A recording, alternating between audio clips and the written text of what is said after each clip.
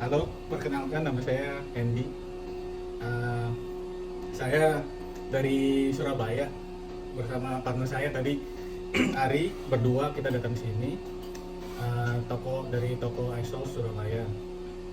Eh, Kenapa saya pilih di Ciatex ini karena pertama ya saya compare sih, lihat-lihat gitu.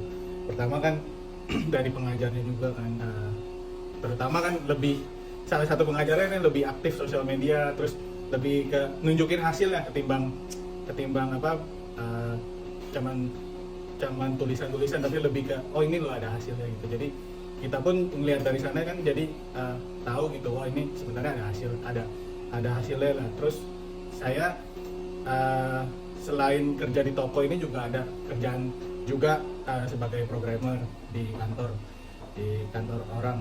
Tapi saya memberanikan kesini sama partner saya untuk belajar 1 bulan lebih. Itu siangnya kerja, malamnya latihan. Jadi di sini tuh apa, jamnya memang agak menyesuaikan sama pengajarnya ya. Soalnya pengajarnya juga jamnya ini jam Eropa, jadi kita yang tinggal di Indonesia ngikutin jam pengajarnya jam Eropa tuh. jadi jadi masihnya di sini sudah pagi, ya pagi bener jam 1, di atas jam 12 pagi jam 1. Terus saya ambil kelas basic sama advance karena memang saya kan nggak pernah megang sama sekali ya, maksudnya dalam arti kata untuk iPhone. Saya pernah ada bongkar-bongkar untuk MacBook, tapi itu pun juga nggak terlalu dalam sih untuk pengerjaan hardware.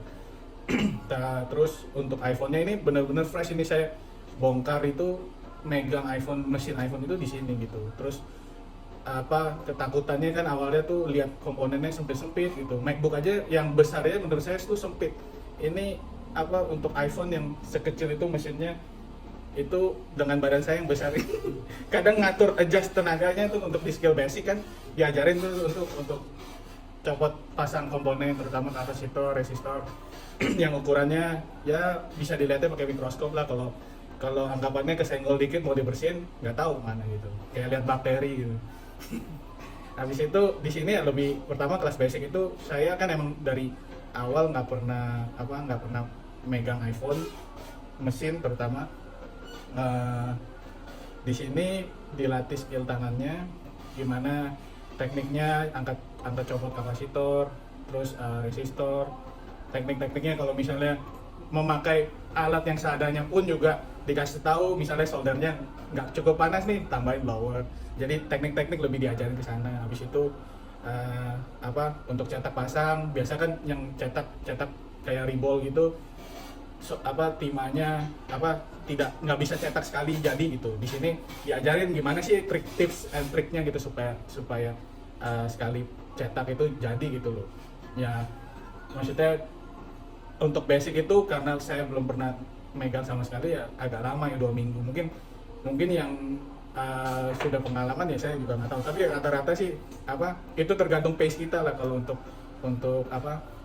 ngambil kelas untuk ngikutin trainingnya gitu. Soalnya dari pengajarnya pun juga nggak menuntut kita kayak mungkin dari train lain gitu, janjikan misalnya 1 bulan bisa mahir. Di sini nggak ada menjanjikan. Di sini karena tiap orang itu kan berbeda skillnya, jadi anggapannya dari pengajarnya pun juga bisa mengerti gitu kita pace-nya seperti apa. Kalau memang berbakat mungkin nggak seperti saya, mungkin 7 hari juga sudah bisa menguasain untuk yang basic. Habis itu setelah basic bisa, baru di advance diajarkan cara baca skema. Habis itu mendeteksi problem-problem itu, kalau misalnya dapat kasus seperti ini itu harus langkahnya apa sih gitu.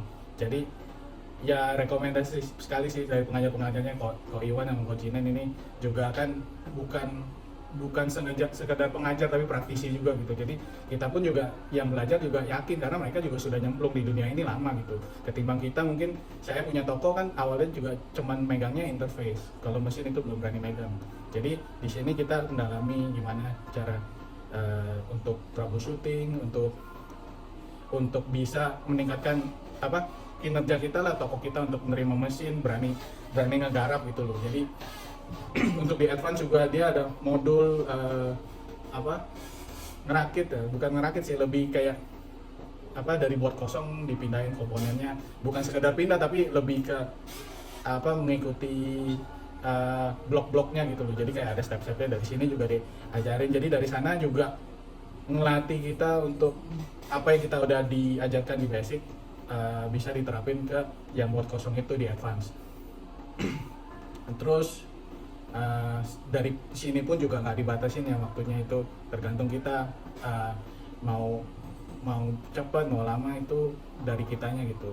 Soalnya dari waktu itu dari pengajarnya juga bilang nih, kalau kita mau cepet ya kita set target gitu, misalnya besok harus selesai apa, jadi kita sendiri yang harus mandiri gitu misalnya.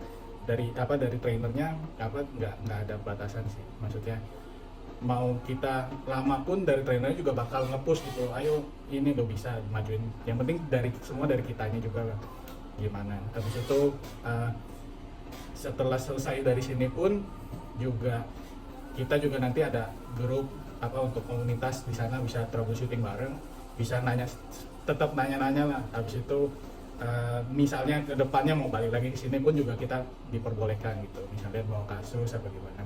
Jadi di sini bukan belajar aja, misalnya kita sudah punya toko, punya mesin, mau bawa ke sini juga, setelah belajar advance-nya sampai titik tertentu nanti dari trainer juga boleh kasih megang kasus kita sendiri gitu. Jadi kita pun juga selain belajar, selain mengeluarkan uang juga harus mendapatkan uang kembali gitu. Gitu aja sih dari saya, mungkin rekomendasi sih kalau di sini belajar, maksudnya dari ilmu, dari eksekusi, bukan jadi kalau tren-tren tempat-tempat lain mungkin lebih kayak ke teori ya, jadi kalau di sini lebih ke praktek gitu. Yang penting kan apapun itu kita mungkin bisa tahu masalahnya di mana, tapi kalau kita nggak bisa eksekusi, kita nggak bisa misalnya angkat kapasitornya atau masa kapasitornya balik, itu kan juga sama aja bohong. Jadi ya pengajarnya praktisi, jadi kita pun juga percaya gitu apa yang diajarkan sama mereka. Itu aja sih. Terima kasih.